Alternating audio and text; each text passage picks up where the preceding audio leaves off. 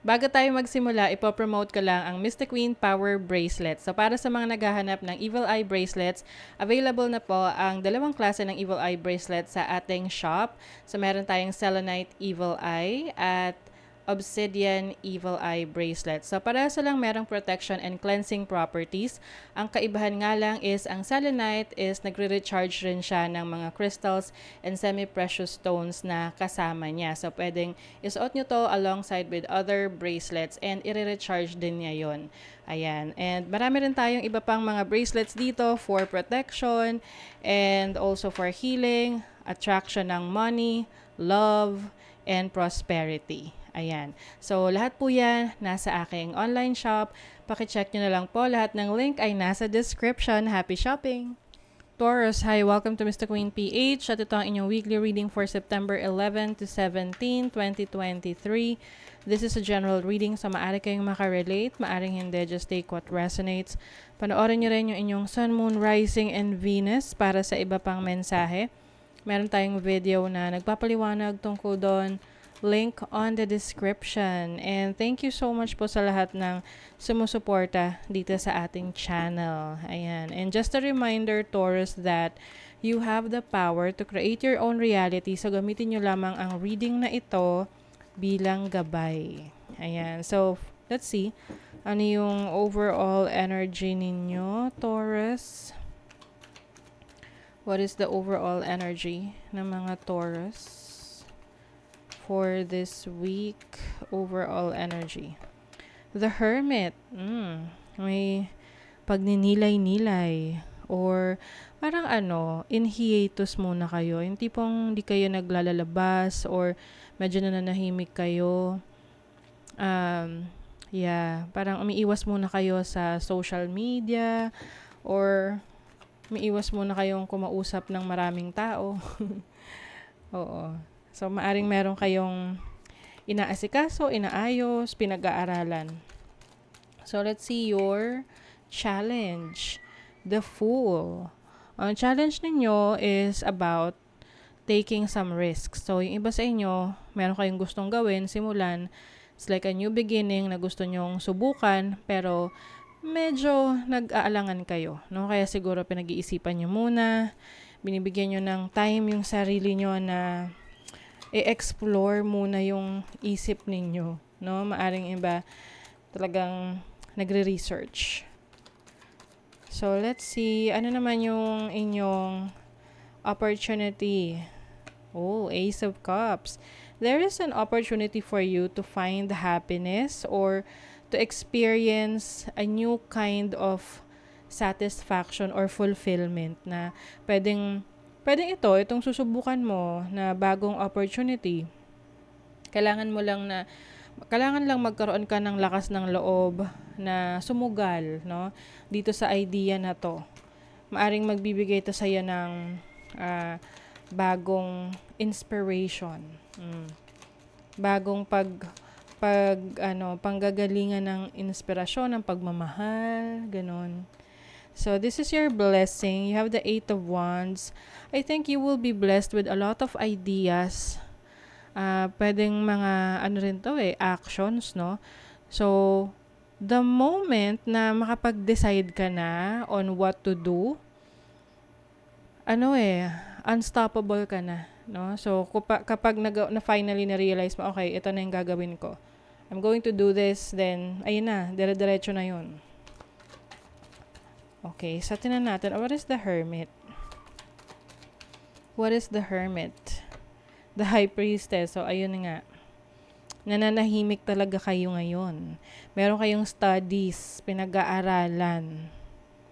Pwedeng related sa sa spirituality or you are connecting more to your higher self. Parang you are attending to your spiritual needs.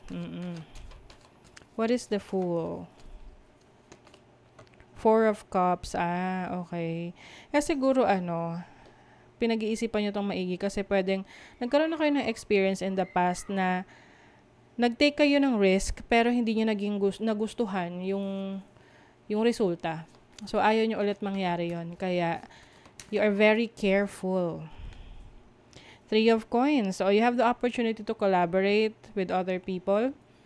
Maaring you will be working with some people na merong parehong interes sa gusto mong mangyari, sa gusto mong gawin.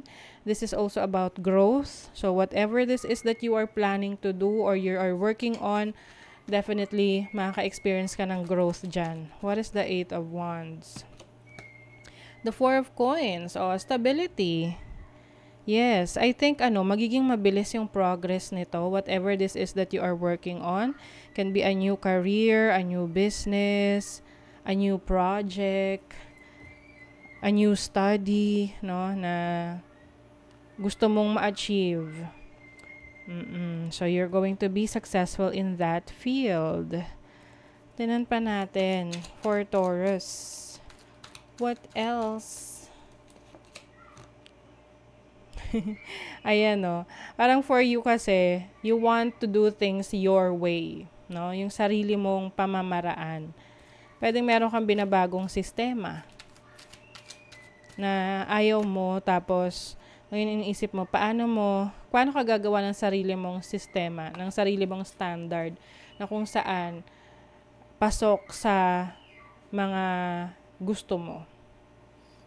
You have the endurance, mas pinalalakas mo rin yung iyong sarili. You are honing your potentials, your talents. Yung iba sa inyo, merong kinalaman sa may mga pinag-aaralan nyo related sa batas, sa mga rules, sa mga regulations.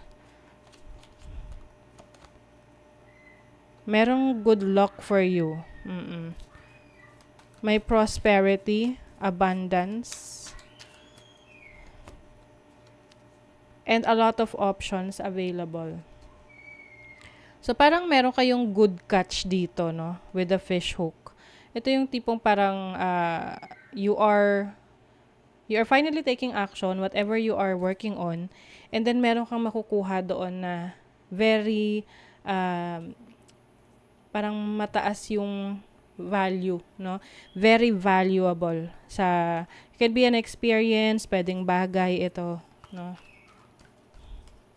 Maraming options available sa'yo. You are freeing yourself.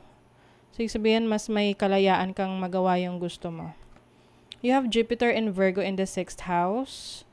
So, Jupiter is about abundance. This is about knowledge, higher learning. So, I think ngayon, you really want to organize your routine para mas maging effective or maging functional or maging productive yung araw mo. You also have Mars in Taurus in the 2nd house. 2nd house is about your values, your money, your finances. So, iba sa inyo pwedeng magdadagdag ng bagong pagkakakitaan. Through your originality, through your new creative ideas with Mercury in Aquarius in the 11th house. So, iba sa inyo, ang inyong career related sa social media, or you are a leader of a group, meron kayong hinahawakang tao, no? So, pwedeng may managerial roles for you. Mas magiging ka ngayon, tipid sa pag-handle ng finances mo. Magiging maingat ka sa paggastos. And also, some of you might also be helping someone. Meron kang tutulungan na kakilala mo, mahal mo sa buhay, na nangangailangan ng tulong mo financially. Okay, let's see your love. Religion, spiritual beliefs, and then patience. So, some of you, meron kayong inaaral na bagong belief system. No?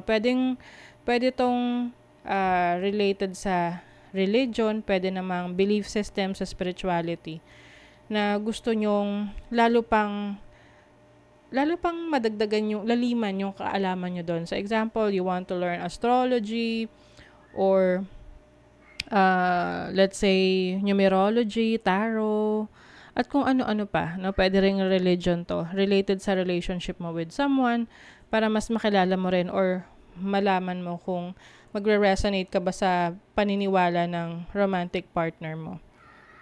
And then, some of you naman, lalo na kung single ka, importante sa'yo na pareho kayo ng paniniwala tsaka ng pananaw sa buhay. So for you, you are patient with looking for a partner na magkakasundo kayo at magre-resonate kayo sa pinaniniwalaan nyo. Okay? So that is your reading, Taurus. Kung nagustuhan nyo to, naka-resonate kayo, mag-comment kayo dyan, like, share, subscribe para lagi kayong updated sa ating mga readings. Thank you so much, Taurus. See you again.